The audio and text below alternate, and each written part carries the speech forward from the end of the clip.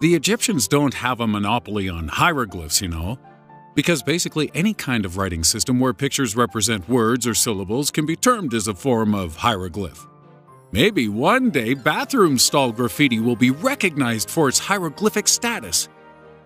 But for now, we're just going to concentrate on examples from the dawn of civilization, from the ancient Greeks, and from the elusive builders of the Easter Island statues, as we take a look at the 7 most mysterious hieroglyphs.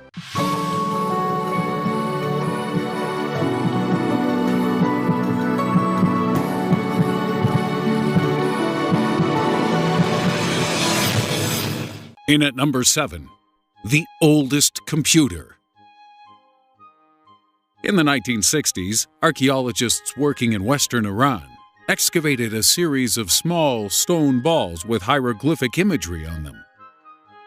After a series of investigations into the objects using CT scanning and 3D modeling, we found that the spheres were over 5,000 years old. They were hollow, and that they also contained small geometric-shaped tokens within them.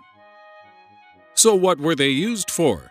Well, according to Christopher Woods of Chicago University, these small items may represent the world's oldest data collection system, with the undeciphered hieroglyphs on the outside representing either their purpose or the contents within.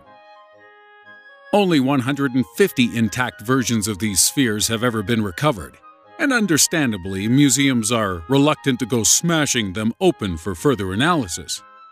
Why wouldn't you let us smash things, you stupid museum jerks?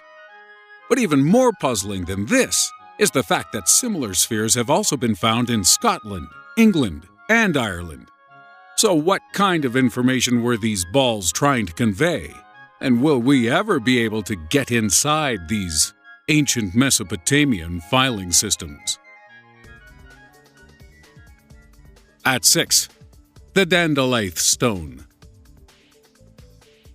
In 2013, a Scottish farmer was minding his own business, plowing his field of haggis or whatever, when he accidentally came across a gigantic stone covered in carvings on 2 opposite sides. This stone is over 1.7 meters long and weighs more than a ton. And based on the Pictish symbols of an eagle, crescent, and notched rectangle, it leads us to believe it was carved by the ancient Picts, who inhabited Scotland between the 6th and 8th centuries. The Picts were strange and mysterious people who painted and tattooed their faces and bodies, with the Romans in particular being quite fearful of their imposing presence. The Picts regularly clashed with their fancy Italian adversaries, as well as fending off Viking invasions on a number of occasions.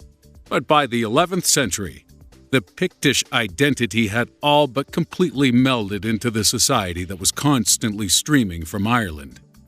So what other mysteries will the Dandalath Stone shed light on? Perhaps we'll find out, if we can decipher its message. At 5, the Tartaria Tablets. The Tartaria tablets were found in 1961 on the site of a Neolithic village in Romania. And the reason these old bits of pottery might be important is because we could be looking at the oldest known form of writing in the world.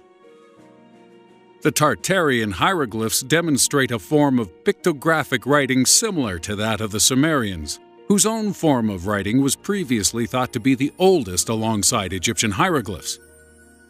So, of course, we simply had to test these clay tablets to find out if they were the winner chicken dinner. But unfortunately, there was a problem. When the tablets were unearthed, they were found in a raw clay form. So, workers at the Romanian Museum in Cluj-Napoca decided to bake them.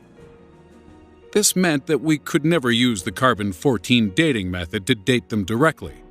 However, a subsequent attempt at radiocarbon dating by a different method pegged them as having originated over 7,500 years ago, in 5500 BC.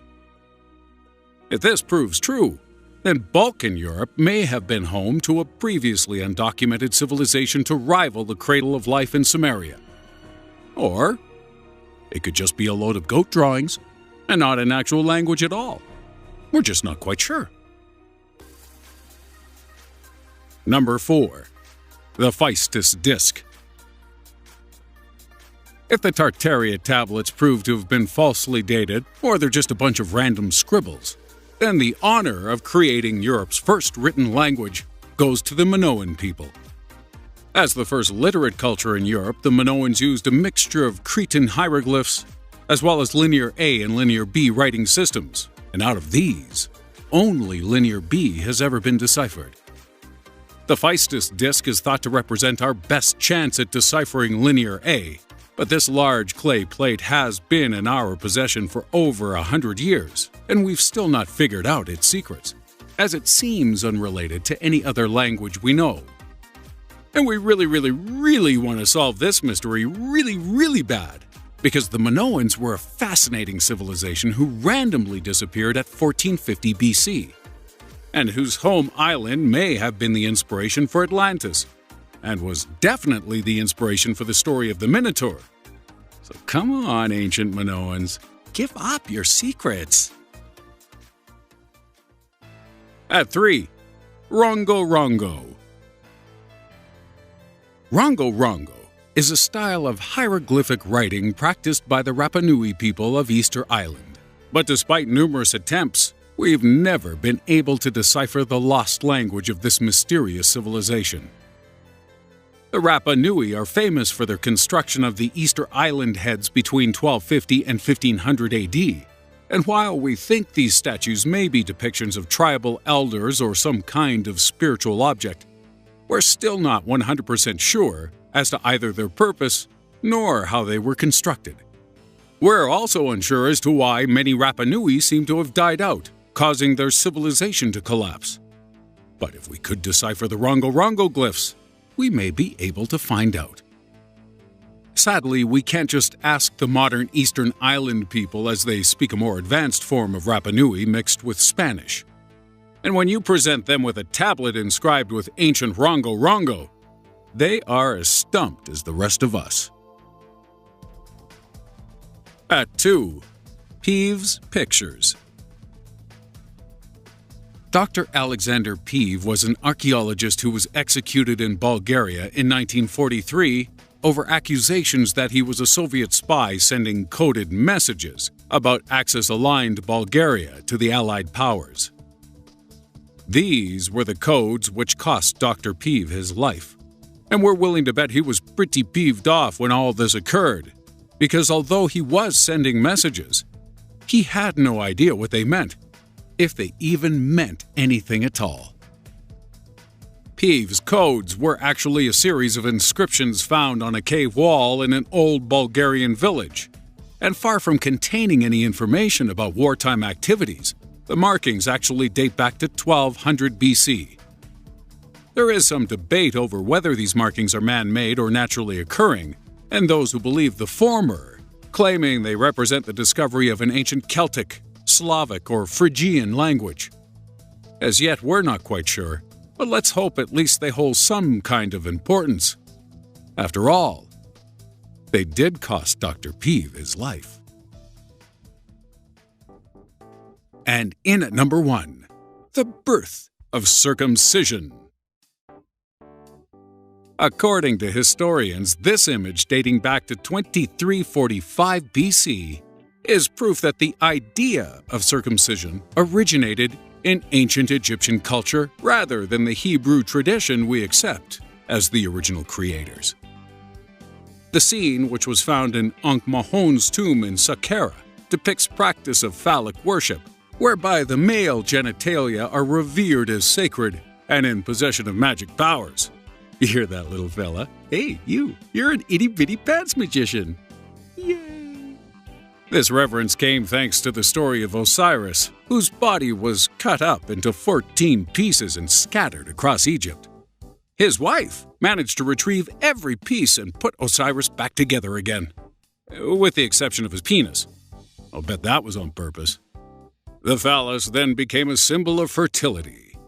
And we think that scenes like this might show a progression of phallic worship to a point where circumcision was practiced. Fortunately for you Strange Mysteries fans, we've deciphered the hieroglyphs in the picture to read, "Hold it quickly, don't let it fall," followed with an "I'll do as you want." Then the guy holding his lotus bulb says, "Rub for efficacious ending."